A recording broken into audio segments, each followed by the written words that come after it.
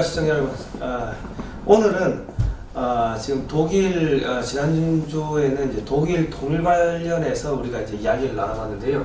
오늘은 이제 우리나라의 통일이 지금 다가온 것 같은데 한국과 미국 그리고 일본, 중국의 움직임을 조금 이제 복합적으로 이제 바라보겠습니다. 네. 예, 독일 통일정보연구소의 박상봉 대표님. 나오셨습니다. 예, 반갑습니다. 예. 박사님 전공이 독일 통일경제. 네. 독일에서 이제 예. 통일 과정을 쭉 봤고요. 예예. 1980 제가 82년에 독일에 가서 10년 동안 독일의 현장에 있으면서 통일을 다 봤고, 예. 특히 이제 동독 재건에 관해서 아주 현장뿐만 아니라 이론적인 그 모습들을 현장에서 체험하고. 그것을 한국에서 알리는데 많이 힘쓰고 있습니다. 예. 그러면 지금 요즘에 보면 이제 이 문재인 정부가 한미 관계를 의도적으로 좀 파탄내려고 하는 게 아닌가 싶은 생각이 듭니다. 예. 한미 관계가 상당히 지금 위기인데 이게 왜 이런 현상들이 일어나는 건가요? 글쎄요, 뭐 제가 보기엔 문재인 정부가 국제 정세를 바라보는 시각이 미국과 전혀 엇박자를 내고 있고, 특히 그것에 적나라하게 드러난 사건이 이번에 지난 20일 날 미국이 북한을 다시 테러 지원국으로 재지정한 것을 보면, 그동안 우리 문재인 정부는 북한에 끊임없이 러브콜을 보내지 않았습니까? 이것 하나만 봐도 북한은 오히려 문재인 정부는 오히려 북한과 대화하고 친해지려고 노력하고 있는데, 미국은 전혀 그와 걸맞지 않은 테러 지원국으로 재지정한 것만 보더라도 한미 공조가 좀 어긋나 있다 이렇게 판단하게 됩니다. 예. 그러니까 지금 이제 미국에서는 이제 북한을 테러 지원국으로 지정을 한다고 하는데, 한국에서는 또 개성공단을 확대하겠다, 북한의 생수를 반입하겠다 등등 여러 가지 북한 지원 사업들을 지속적으로 추진하겠다는 방침을 지금 밝히고 있습니다. 이거 매우 위험한데요. 우리나라가 세컨더리 보이콧에 걸리는 거 아닙니까? 오늘 테러 지원국 재지정에 이어 어저께 미국이 또 21일자로 또 더 강력한 추가 제재안을 발표하지 않았습니까? 여기에 지금 북한의 교통성이라든가 그리고 각종 선박 회사들이 다 제재 명단에 포함되어 있고, 특히 이제 중국의 4개 무역회사 2013년부터 거의 매년 6억 달러 이상씩 북한에 수출해 하였던 그런 4개의 무역회사가 이번에 제재 명단에 올랐고, 이렇게 되면 이제 미국 내 자산이 동결될 뿐만 아니라 미국과의 모든 거래가 중단되는 조치를 맡게 됐죠. 결국은 이제 트럼프 대통령이 북한에 대한 핵 포기는 절대 타협 대상이 안 된다는 것을 또 한 번 적나라하게 보여준 사건이라고 볼 수 있는데, 왜 이렇게 우리 정부가 계속해서 우리가 오히려 북한에 생수다, 인도적 지원이다 이런 것들을 그렇게 나서서 이렇게 하고 있는지, 특히 얼마 전에는 문정인 외교 특보의 그런 한미동맹 파기 발언 등등, 추미애 대표의 또 한미 FTA 폐기 이런 어떻게 보면 국민의 의견을 통합하지 않은 그런 막말들을 막 쏟아내므로 해서 가뜩이나 어려운 상황 속에서 한미 동맹이 점점 균열을 보이고 있지 않나 이런 생각을 좀 하게 됩니다. 예.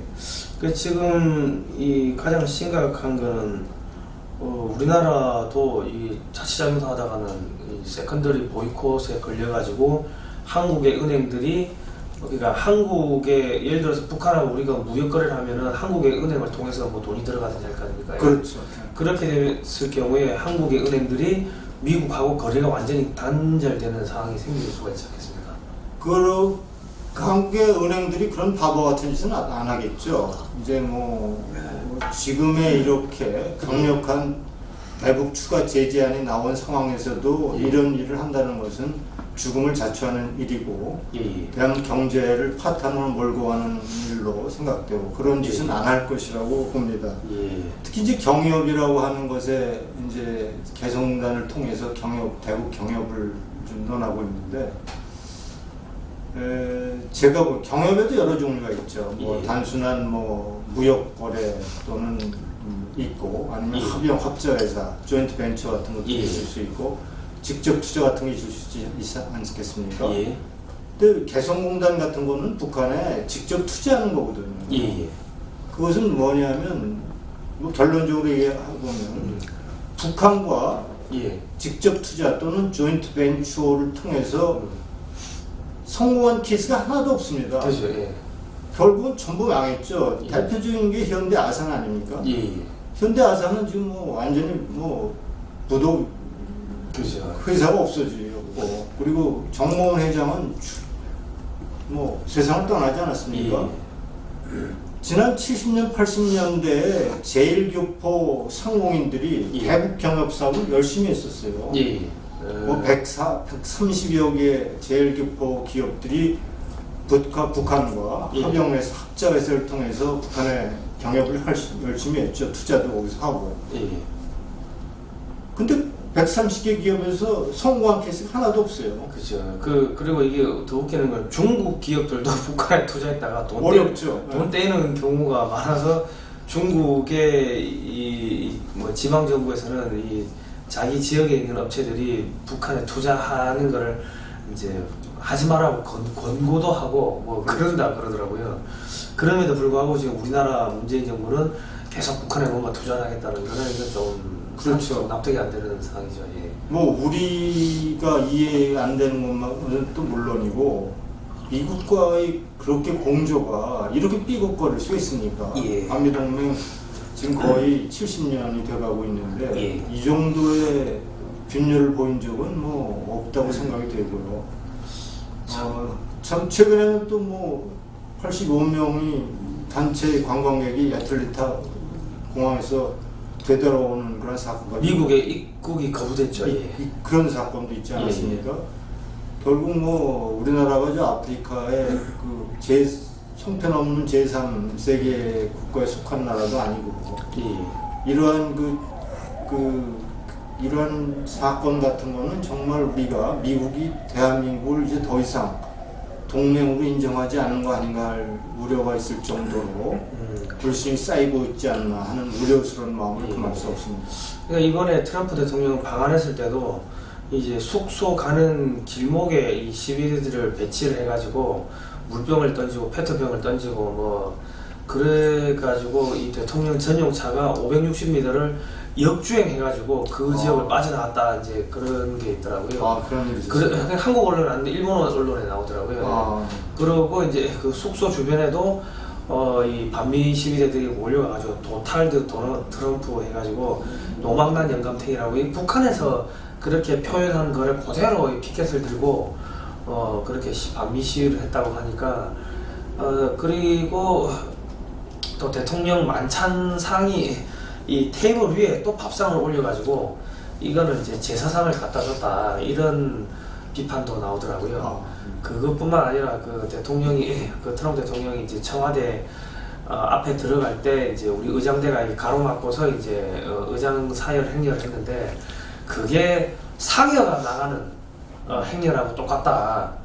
그 지역에서 상여 나갈 때 그 이제 뒤에 운구차가 나가고 앞에 이제 의장대 태평소 불면서 나가는데 그 음악도 똑같고 패턴이나 형태가 똑같았다. 그래서 이게 한마디로 그 트럼프 대통령이 죽으라고 하는 저주를 퍼부은 거다.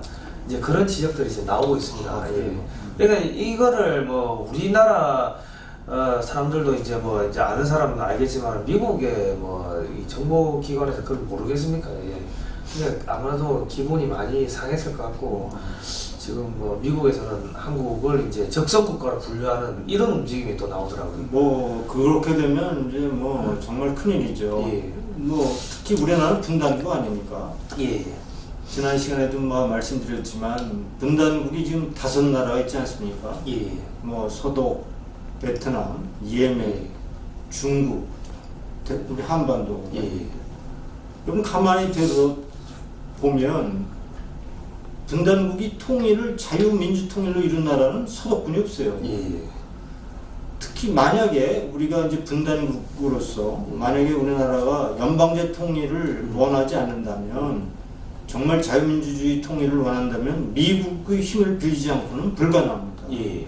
미국이라는 강력한 패권 국가로서의 역할이 우리를 뒷받침해 줄 때 예. 우리가 원하는 통일이 가능한 것이지, 만약 미국이 반대하는 통일을 우리가 할 수 있겠습니까? 예. 그런 의미에서 미국은 굉장히 중요하다. 우리가 뭐 일본이 최근에 행태에서 보듯이 일본은 미국의 원자폭탄을 두 번이나 맞은 예. 그런 나라임에도 불구하고 트럼프에 대해서, 미국에 대해서 그렇게 굴욕적이다 할 정도로 정성을 들이지 않습니까? 두둑에 맞아서 그런 거 아닙니까? 그러니까 국제 정치에 내모한 것을 아는 거죠. 예. 일본은. 예. 어떻게 보면 우리는 정말 하룻강아지 법 무서운 줄 모른다는 속담이 있듯이 예. 그렇게 미국을 푸대접하고 그 중국에 기울어서, 우리가 과거 구한말 사태를 되돌아볼 때도 예. 정말 고종이라는 우리 왕이, 그죠. 조선 왕조가 시대를 완전히 오판하고, 예. 그 결과 대한민국이 일본의 식민지, 그죠. 우리 조선 민족의 식민지 지배를 당한 거 아닙니까? 그때도 보면 이 전 세계가 러시아의 팽창을 막으려고 했는데, 우리나라 고종 황제가 이제 아간 파천 러시아 대사관으로 도망가는 그렇죠. 바람에 결과적으로 이제 세계 각국은 일본 보고 야 한국을 식민지로 해가지고 러시아의 팽창을 막아라 뭐 이런 묵시적인 동조가 묵시적인 뭐 그런 합의가 다 돼버린 거죠. 그렇죠. 근데 지금도 이 중국의 팽창을 막으려고 하는데, 전 세계 힘을 모아서 중국의 팽창을 막으려고 하는데, 한국의 문재인 정권은 이제 중국에 확 달라붙는 이런 또 멍청한 이런 패턴을 보이고 있습니다. 그 왜 그런지 모르겠어요. 예. 지금 뭐 전부 각 중요한 포스트에 반미 성향을 가진 인사들이 배치돼 있고, 예. 드러나게 뭐 미국 한미동맹이 깨지면 중국에 붙어 살면 된다고 하는 예. 이런 식의 말들을 공공연히 저렇게 하는 것을 보면 참 나라가 참 걱정스럽습니다. 특히 이제 독일의 사례도 보듯이 독일 통일도 결국은 미국이 소독을 지원해서 통일을 됐다고 볼 수 있거든요. 예. 초기에 뭐 종전 이후에 스탈린의 평창을 막기 위해서 마샬 플랜을 도입해서 소독을 돕지 않았습니까? 예. 그때 아데나우 총리가 참 경제 부흥을 일으키고 또 소독 또 서방 세계와의 관계를 복원함으로 해서, 그리고 뭐 미국과의 관계를 돈독히 하고 서방과의 관계를 돈독히 한, 예. 그것이 이제 전통이 되고 그것이 뿌리가 돼서 1989년 동독이 뭐 급변 시기에 결국 가장 먼저 소독에 손을 들어준 것이 미국이었습니다. 예. 왜냐하면 독일이라는 나라는 늘 유럽의 어떤 뭐 전쟁 도발국이고 전쟁 범죄국이고 하는 인식 때문에 예. 독일의 통일을 바라던 민족은 아무도 없었죠. 예. 뭐 미국조차도 사실은 독일의 통일을 내심으로 반기지 않았습니다. 예. 하지만 가장 먼저 동독의 상황을 잘 읽고, 예. 어차피 되돌릴 수 없는 동독이 거세지는 예. 반공산 저항운동과 통일에 대한 염원을 읽은 당시 부시 대통령이 소독의 손을 들어준 거죠. 예. 뭐 그것이 계기가 됐고, 어쨌든 미국이 백업한 소독의 콜 총리는 정말 강력한 통일 외교를 추진해서 오늘날 자유민주 통일을 이뤘다고 볼 수 있는데, 예. 근데 그런 미국에 대해서 우리가 여러 가지 꼼수로 미국을 배신한다는 그러한 뉘앙스를 풍긴다고 한다면 대한민국의 미래도 참 걱정스럽다, 이렇게 평가할 수 있습니다. 예. 그러면 이제 이게 중국이 패권 국가가 될 수가 있겠습니까? 중국이란 나라가 우리가 보십시오. 중국의 국경을 하고 있는 나라가 몇 개죠? 뭐 9개인가요? 뭐 예, 뭐 맞습니다. 어느 나라하고도 관계가 좋은 나라가 없어요. 중국이라는 나라. 다 싸우고 있습니다. 다 싸우고 있죠. 예, 그 중국은 힘으로 세계를 제패한다고 생각을 하지만 세상은 그렇지 않습니다. 예. 결국은 중국이라는 나라는 우리가 뭐 미국 하면 뭐 미국 패권국이라고 하지만 미국이 지향하는 가치가 있지 않습니까? 예, 자유라든가 예, 인권이라든가 예. 이런 인류 보편적 가치를 지켜내고 만들어가는 미국식의 가치가 있거든요. 중국의 가치가 뭡니까? 중국의 소프트 파워가 도대체 뭐고, 그리고 국제사회가 그런 중국의 소프트 파워를 인정해주는 나라가 하나도 없거든요. 그지. 이런 나라가 어떻게 패권국이 될 수 있는지. 예. 그리고 그런 나라가 지금은 힘으로 어느 정도 경제가 지탱되고 있지만 그 안에 내재되어 있는 여러 가지 소수민족 갈등 문제 예. 이런 것들이 지금 힘과 억압으로 지켜지고 있는 것들이 언제까지 그렇게 유지될 수 있을지 예. 좀 더 우리가 20년, 30년을 내다본다고 한다면 절대로 중국에 붙어서 우리 특히 이제 우리나라 역사도 되돌아보면 왜 일제 36년 지배된 식민 지배의 역사만 기억합니까? 예. 1000년을 중국에 조공바치고 살던 사대주의하고 세자 책봉 받고 예. 그렇게 살던 중국의 그 조선 또는 고려 민족에 대한 수탈과 그런 지배 행위는 거기는 기억하지 않는 것은 더욱더 좀 기이한 현상이다. 우리나라가 뭐 중국의 사대주의 DNA를 가진 것도 아닌데 어떻게 그렇게 지금 기울어지고 있는지 예. 걱정이 없습니다. 예,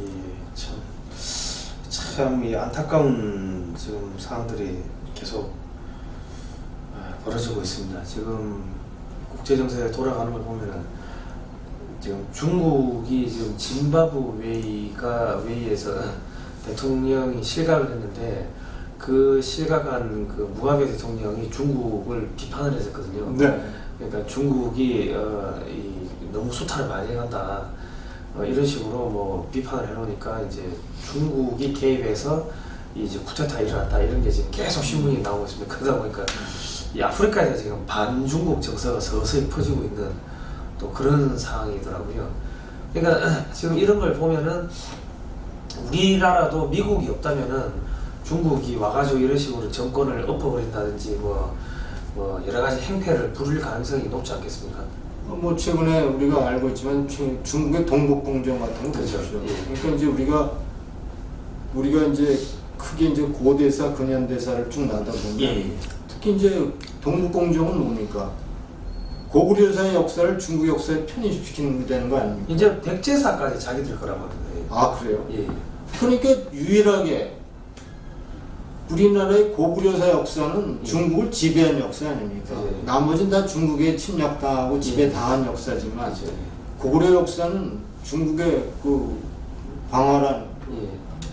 만주는 뭐 말할 거 없고 중원을 다 지배하던 고구려 역사를 이제는 자기네 한족의 주변 민족의 역사로 편입시키려고 하는 그러한 그 역사 왜곡까지 서슴지 않는 중국인데 만약에 미국이 없다면 중국의 형포는 이건 말할 수도 없죠. 이를 말할 수 없겠죠. 예. 그러니까 그 중국에서는 이미 미국만 없으면 한국을 이미 벌써 손봤다 이런 이야기도 뭐 서슴치 않게 하고 있는데 그에 비하면 미국은 우리나라한테 상당히 이제 외교적으로 이제 깍듯하게 하고 이제 존중해주는 그렇죠. 예, 그런 상황인데 이상하게 문재인 정권은 막 억압하는 중국에 달려가는 걸 보면 상당히 좀 제가 당황스럽습니다. 예. 그게 중화사상이라는 게 중화사상은 중국이 중심이죠. 예. 중국은 황제의 나라고 예. 다른 나라들은 왕의 나라예요. 예. 그러니까 황제의 나라가 왕의 나라를 보살펴 주는 게 중국의 질서인데 예. 미국의 국제 질서는 그게 아니죠. 예. 1대1이죠. 그렇죠. 1대1. 대한민국도 1대1, 아프리카 국가도 1대1의 미국의 그 원칙이기 때문에 예. 이것만 보더라도 미국이라는 나라가 얼마나 이 세계 국제 질서에 평화적으로 기여하고 있는지 그런 것들의 일부 잘못된 부분들을 정말 과대 포장해서 반미주의를 만들어가는 것은 정말 대한민국의 미래를 생각할 때 정말 우리의 후세를 생각할 때 더 이런 일은 정말 해서는 안 된다를 생각합니다. 예. 자, 그러면 독자분들에게 마지막으로 한 말씀만 좀 부탁드리겠습니다. 지난번에도 우리가 말씀드렸지만 정말 분단국이 저절로 알아서 자유민주 통일된다고 얘기할 수 없습니다. 그건 우리 역사가 증명하고 있죠. 베를린, 예멘 보십시오. 중국의 미래를 보십시오. 결국 정말 유일한 나라, 자유민주 통일을 이룬 나라는 독일이 서독뿐이었습니다. 독일뿐이 없습니다. 독일이 그만큼 민도도 강했고 예. 독일 지도자들의 국제 정세를 보는 눈 그리고 외교적 능력 이런 것들이 탁월한 면 이런 것들이 있죠. 다만 이제 독일이 통일 후에 어려웠던 것은 기대치 않은 통일을 이룬 후에 정말 동독 재건 과정에서 많은 시행착오들을 범한 것들입니다. 근데 그 시행착오가 우리에게는 약이죠. 예. 정말 그 시행착오만 피해가도 이미 독일보다 쉽게 통일을 이룰 수 있다고 얘기하는 독일의 학자들도 있습니다. 경제학자들이. 사람들이 이런 얘기를 하죠. 북한은 경제적으로 너무 낙후됐기 때문에 북한은 어느 정도 경제도 올려놓은 다음에 통일을 해야 통일 비용이 적게 든다고 얘기하는데 이것처럼 궤변이 없습니다. 우리가 신도시를 개발할 때 벌판에 개발하는 게 쉽습니까? 강북구나 중소도시 그런 데 개발하는 게 쉽습니까? 결국 벌판에 개발하는 게 쉽거든요. 그렇죠. 아무것도 없는 상태에서. 벌판에 최신 기술을 도입해서 잘 짜여진 정책으로 전략적 우선순위를 정해서 인프라를 구축하고 해간다면 그것이 훨씬 빠른 길입니다. 기존에 어느 정도 예를 들어서 북한의 동독도 마찬가지였었어요. 정말 기업들은 정말 청산해야 할 기업들이 한 3분의 1 정도 있는 겁니다. 8,500개 기업 중에 한 3,000개 기업이 도산돼야 마땅하다, 청산돼야 마땅하다 할 기업들이 있었는데 너무나 많은 대량 실업이 발생하고 하니까 그거를 엄청난 돈을 들여서 그걸 살려내려고 노력하는 것들이 있거든요. 오히려 청산했으면 더 빨리 동독 재건을 이룰 수 있었는데 제가 얘기 드리고 싶은 것은 북한은 우리가 경제가 지금 바닥이라고 얘기할 게 아니라 오히려 경제가 바닥이기 때문에 우리의 기회입니다. 그런 면 우리가 이제 과거에 서독이나 일본이 전쟁에서 패전국 아닙니까? 정말 잿더미뿐이 안 나온 나라들 아닙니까?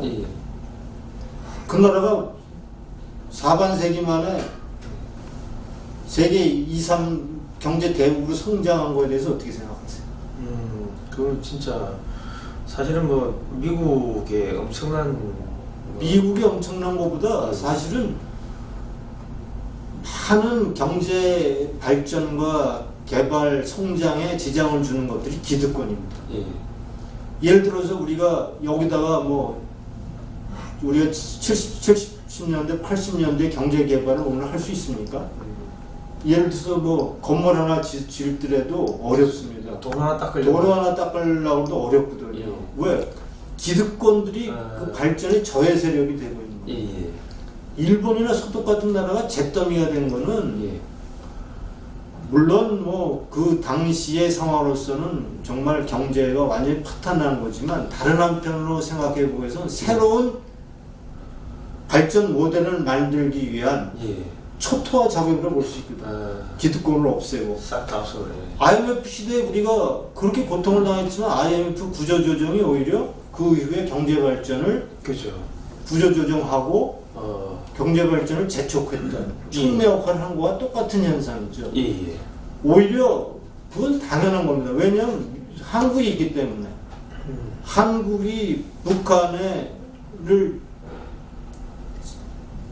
투자하고 예. 북한에 기술을 제공하고 예. 북한의 새로운 발전 모델을 만들어낼 한국이 있기 때문에 예. 또 한 가지 말씀드리면 독일 통일에 있어서 주변국들이 많이 반대를 했죠. 예. 물론 군사 강국 그리고 정치적으로 강국인 독일을 원하지 않았던 주변 나라들의 문제도 있었지만 뒤에 흘러놓은 얘기 이런 것들이 있거든요. 주변국들이 반대했느냐, 특히 프랑스, 영국, 주변 유럽국들이 왜 반대했느냐. 동독이라는 나라가 다이아몬드 원석이라는 겁니다. 예. 이건 뭐 드러낸 얘기는 아닙니다만 슈피겔이라는 독일의 잡지에서는 그런 얘기를 보도를 한 적이 있는데 그 다이아몬드 원석에 소독의 자본과 기술이 들어가면 예. 다이아몬드 원석은 찬란한 다이아몬드로 빛날 거라는 것 때문에 예. 주변국이 반대하고 있다. 독일 통일을. 그런 보도를 한 적이 있거든요. 예. 제가 감히 말씀드릴 수 있는 것은 통일 비용은 오히려 북한이 아프리카 신흥 국가의 엉성한 개발이 안 된 걸 좀 오히려 다행이다. 차라리 제로 베이스에 지금은 오히려 원석이다 말이죠. 예. 동독이 다이아몬드 원석이라고 한다면 북한은 오히려 다이아몬드 보물 창고다 말이죠. 예. 우리가 통일한 후에 우리의 자본과 기술을 들여서 그 원석을 다이아몬드를 깎아내고 개발하고 재련하고 연마한다면 정말 빠른 시일 내에 통일된 한국은 정말 세계에서 우뚝 쓴 경제 강국으로 예. 도약할 수 있다. 예. 이것이 절대 제 얘기 아닙니다. 이것이 이론적인 배경이 있고 이런 전례들이 있는 것입니다. 예. 특히 이제 우리가 짐 로저스라고 하는 세계적인 투자자가 그런 얘기를 예. 하지 않았습니까? 이제 마지막 내가 전 재산을 투자할 것은 북한이라고 그랬습니다. 예.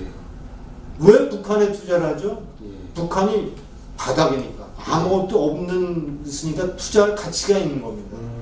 거기에 뭐 예를 들어서 3, 4층 건물, 뭐 낡은 건물, 뭐 인프라, 엉망인 이런 거, 철도 뭐 이런 거 말이지요. 그 옛날 모델로 착등이 있으면 투자의 가치가 없는 겁니다. 예.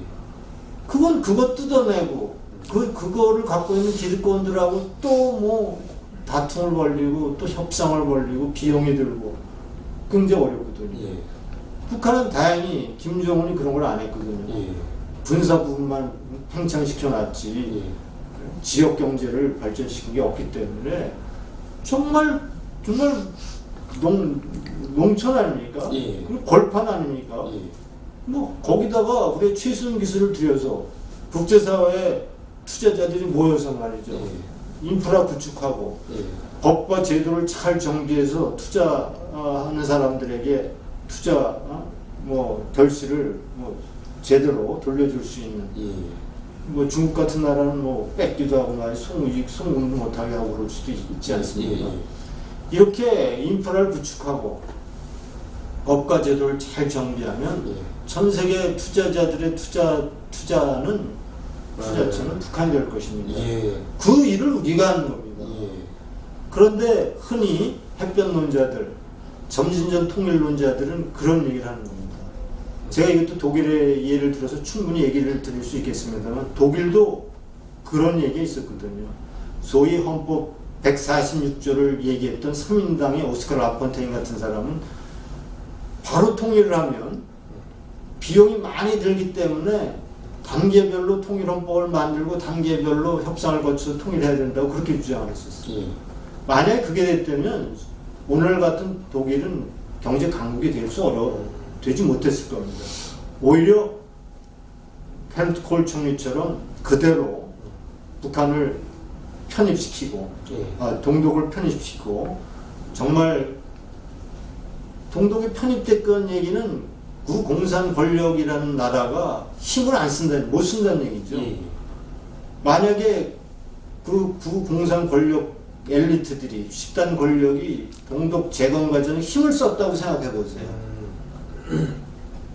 그것이 경제 개발이 제대로 이루어질 수 있겠습니까? 예. 거기에 부정부패의 고리가 만들어지고 이 나라 정부가 김정은 정권과 단계별로 통일 협상을 추진해서 경제 통합을 이루고 뭐 해가면서 우리가 통일된 나라가 경제 강국으로 부상할 수 있겠습니까? 바로 그런 겁니다. 그것은 점진적 통일이라고 얘기를 하지만 그 배경에는 동독 재건 과정에 동독 공산 권력, 북한의 공산 권력을 개입할 여지를 주는 겁니다. 예. 그들은 반성하지 않고 그 과정에서 자기 이득을 챙기려고 하는 거죠. 예. 아주 쉬운 얘기를 들어봅시다. 삼성전자하고 북한의 전자회사가 통합을 해서 경쟁력을 확보하려면 어떻게 하면 되죠?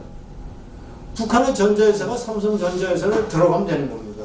그죠. 예. 근데 북한의 전자회사가 사사건건이 1대1로 대화하고 협상하고 모든 정책 과정에 개입한다고 한다면 그 삼성전자와 북한 전자회사와 합병해서 망하는 겁니다. 예. 동일한 얘기죠. 예. 우리가 북한과 점진적으로 협상과 경제통합을 통해서 통일을 이루고 해간다는 얘기가 단계적 통합이라는 얘기가 뭡니까? 쉽게 얘기해서. 북한의 그 파탄낸 경제를 만들어 온 그 구자들에게 예. 동독 재건 과정에 의사결정력에 권한을 주는 거 아닙니까? 예. 그 고리를 또 만들어내자는 거 아닙니까? 말이 점진적 통일이고 뭐 대화를 통한 단계적 통일이라고 얘기하지만 그것처럼 그 이면에 엉뚱한 모순이 어디 있습니까? 예. 그런 의미에서 동독은 우리가 동독 재건, 동서독 통일의 과정은 우리에게 해주는 얘기가 너무나 많죠. 이런 얘기들을 독일의 통일이 점진적 통일의 과정을 거치지 않았기 때문에 뭐 독일 통일을 도외시하고 폄훼하고 이런 형태들이 그동안 많이 벌어져 왔습니다. 예. 이것은 정말 한국 해변론자들이 반성하고 정말 더 이상 이런 궤변 같은 얘기들을 안 하는 것이 통일된 우리 한국을 위해서도 바람직한 일이다 이렇게 말씀드릴 수 있겠습니다. 예, 알겠습니다. 자, 오늘은 박상봉 독일통일정보연구소 박상봉 대표님을 모시고 대한민국 통일 과정 어떻게 가야 될지에 대해서 이야기를 해봤습니다. 박사님 오늘 나와주셔서 감사합니다. 또 다음에 뵙겠습니다. 감사합니다. 예.